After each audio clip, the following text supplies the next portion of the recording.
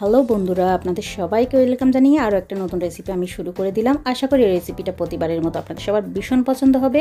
আর এটা হলো একটা অ্যারাবিক ডিজার্ট, এর নাম হলো মাহালাবিয়া বা মালাবি। খুবই কম সময়ের মধ্যে কম উপকরণ দিয়ে আর খুবই সিম্পল ইনগ্রেডিয়েন্টস দিয়ে এটা আপনারা তৈরি করে নিতে পারবেন। তাহলে চলুন পুরো ভিডিওটা দেখুন, আর দেখা শেষে কিন্তু লাইক দিতে একদমই ভুলবেন না। আর যারা চ্যানেলে নতুন তারা অবশ্যই কিন্তু সাবস্ক্রাইব করে নেবেন। এই ডিজার্টটা বানানো এতটাই সহজ যে আর এতটাই আমি যে আপনারা ট্রাই না করলে কখনোই বুঝতে পারবেন না। আর আমার উপর বিশ্বাস করে রেখে আপনারা অবশ্যই একবার ট্রাই করবেন, আর কেমন লাগলো সেটা কিন্তু আমাকে কমেন্ট সেকশনে জানাতে একদমই ভুলবেন না। তাহলে চলুন শুরু করা যাক। প্রথমে আমি নিচে লেয়ারটা তৈরি করে নেব। তার জন্য একটা কড়াইয়ের মধ্যে নিয়ে নিচ্ছি 3 কাপ দুধ, লিকুইড দুধ দিলাম এখানে আমি 3 কাপ। আর দিয়ে দেব আমি 1/4 কাপ চিনি, আর 1/3 কাপ দিয়ে দেব কর্নফ্লোর। এখন আমি চুলার ফ্লেমটা অন করে নিই। আগে সব কিছু দিয়ে খুব ভালোভাবে মিক্স করে নেব, তারপরে আমি চুলার ফ্লেমটা অন করে দেব। আর এখানে অ্যাড করে দেব আমি 1/3 কাপ পাউডার মিল্ক। আপনারা অবশ্যই পাউডার মিল্কের পরিবর্তে হেভি ক্রিমটাও ইউজ করতে পারবেন। আমার বাসায় অ্যাভেলেবেল ছিল না বলে আমি এখানে পাউডার মিল্কটা ইউজ করেছি। এখন সব কিছুকে ভালোভাবে একটা উইস্কারের সাহায্যে আমি এভাবে মিক্স করে নিচ্ছি। তারপর আমি চুলার ফ্লেমটা অন করে দিয়ে এটা কুক করে নেব।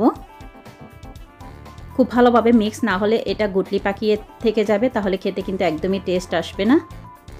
এখন একটা প্যাচুলারের সাহায্যে এভাবে নেড়ে চেড়ে আমি রান্না করে নেব। মিনিট 2-3 মধ্যে এটা কিন্তু অনেকটা ঘন হয়ে আসবে, আপনারা দেখলেই বুঝতে পারবেন। দেখতে পাচ্ছেন খুবই কম সময়ের মধ্যে এটা তৈরি হয়ে গেল, অনেকটা ঘন হয়ে গেল। এই পর্যায়ে আমি একটা হ্যান্ড উইক্সারের সাহায্যে নেড়ে চেড়ে এটা রান্না করে নিচ্ছি। নাড়ানো চাড়ানোটা কিন্তু একদমই বন্ধ করা যাবে না। এটা অনেকটা ঘন হয়ে আসলো। এখন এখানে আমি অ্যাড করে দিলাম 1/2 টেবিল স্পুনের মতো রোজ ওয়াটার, আর 1/4 টিস্পুনের মতো এখানে আমি এলাচ পাউডারটা দিয়েছি। আপনাদের বাসায় যদি এলাচ পাউডারটা না থাকে সেটা স্কিপও করতে পারবেন, রোজ ওয়াটারটা দিলেও হয়ে যাবে। এখন আর বেশি রান্না করব না, এটা আমি নামিয়ে নেব। দেখতেই পাচ্ছেন কীরকম ঘন হয়েছে, আপনারা স্কিনে দেখলে খুব ভালোভাবে বুঝতে পারবেন। আর এটা কিন্তু নামানোর সাথে সাথে যে সার্ভিং কাপে বা বোলের মধ্যে আপনারা সার্ভ করবেন সেটাতে ঢেলে নিতে হবে। খুব বেশি দেরি করা যাবে না, তাহলে কিন্তু এটা জমে যাবে। আমি এই কাপগুলোতে সার্ভ করেছি, আর আমার এখানে 5 কাপের মতো হয়েছে, অর্থাৎ 5 জনকে আমি সার্ভ করতে পারবো। আর এগুলো আমি ফ্রিজে রেখে দেব যতক্ষণ পর্যন্ত আমি দ্বিতীয় লেয়ারটি তৈরি করছি। আর দ্বিতীয় লেয়ারটি তৈরি করতে আমি চলে আসলাম, চুলার মধ্যে একটা প্যান বসিয়ে দিলাম। চুলার ফ্লেমটা কিন্তু এখন আমি অন করিনি। 1 কাপ এখানে আমি পানি দিয়ে দিলাম, নর্মাল পানিটা। আর দিয়ে দিলাম 3 টেবিল স্পুনের মতো এখানে আমি সুগার, আর 2 টেবিল স্পুনের মতো কর্নফ্লোর দিয়েছি। দিয়ে খুব ভালোভাবে একটা উইস্কারের সাহায্যে মিক্স করে নিচ্ছে আমি, যেরকম আগে করেছিলাম সেভাবে। তারপরে আমি চুলার ফ্লেমটা এখানে অন করে দেব।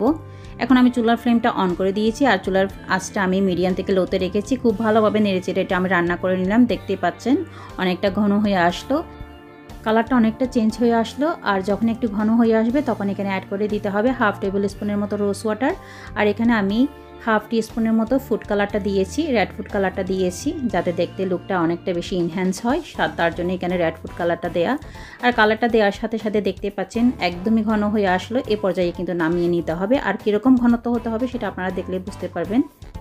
এখন চুলার ফ্লেমটা বন্ধ করে দিয়েই কিন্তু এটা আর অপেক্ষা করা যাবে না, সাথে সাথে এটা ঢেলে দিতে হবে। আর যে কাপগুলোতে আমি লেয়ারটা সেট করেছিলাম, সাদা লেয়ারটা, তার উপরে এই লেয়ারটা আমি দিয়ে দেব। আর দিয়ে এভাবে একটু ঘুরিয়ে দিলে এটা খুব ভালোভাবে সেট হয়ে যাবে।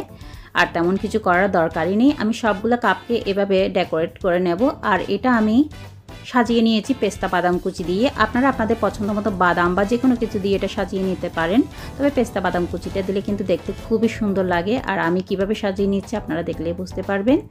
আশা করি আমার এই রেসিপিটা আপনাদের সবার ভীষণ ভালো লাগবে। আশা করি এই রমজানে একবার হলো আপনারা এই রেসিপিটা ট্রাই করবেন। এটা খেতে কিন্তু দুর্দান্ত হয়, আপনারা ট্রাই না করলে কিন্তু কখনোই বুঝতে পারবেন না। যারা আমার চ্যানেলে নতুন, এখনও পর্যন্ত আমার চ্যানেলটি সাবস্ক্রাইব করেনি, তারা অবশ্যই সাবস্ক্রাইব করে পাশে থাকবেন আমার উৎসাহকে আরও বাড়ানোর জন্য। আপনারা যদি সাবস্ক্রাইব করে লাইক কমেন্টের মাধ্যমে আমাকে উৎসাহিত করেন, তাহলে ভবিষ্যতে আরও নতুন নতুন রেসিপি আপনাদের সামনে তুলে ধরতে পারবো। সাবস্ক্রাইব করতে কিন্তু টাকা লাগে না, কিন্তু আপনাদের এক একটা সাবস্ক্রাইব আমাকে আরও নতুন কাজ করতে উৎসাহিত করে, তাই অবশ্যই সাবস্ক্রাইবটা করে পাশে থাকবেন। আবারও নতুন কোনো ইজি রেসিপি নিয়ে খুব তাড়াতাড়ি চলে আসবো। যারা এতক্ষণ পর্যন্ত আমার ভিডিওটা ধৈর্য সহকারে দেখেছেন তাদেরকে অসংখ্য ধন্যবাদ। এভাবে পাশে থাকবেন, সাপোর্ট করে যাবেন, তাহলে ভালো থাকবেন। আপনারা সবাই সুস্থ থাকবেন। এই রমজানে চেষ্টা করব আপনাদেরকে ইজি রেসিপিগুলো দেওয়ার জন্য, তার জন্য অবশ্যই আমার পাশে থাকতে হবে। ধন্যবাদ সবাইকে, ভালো থাকবেন সবাই।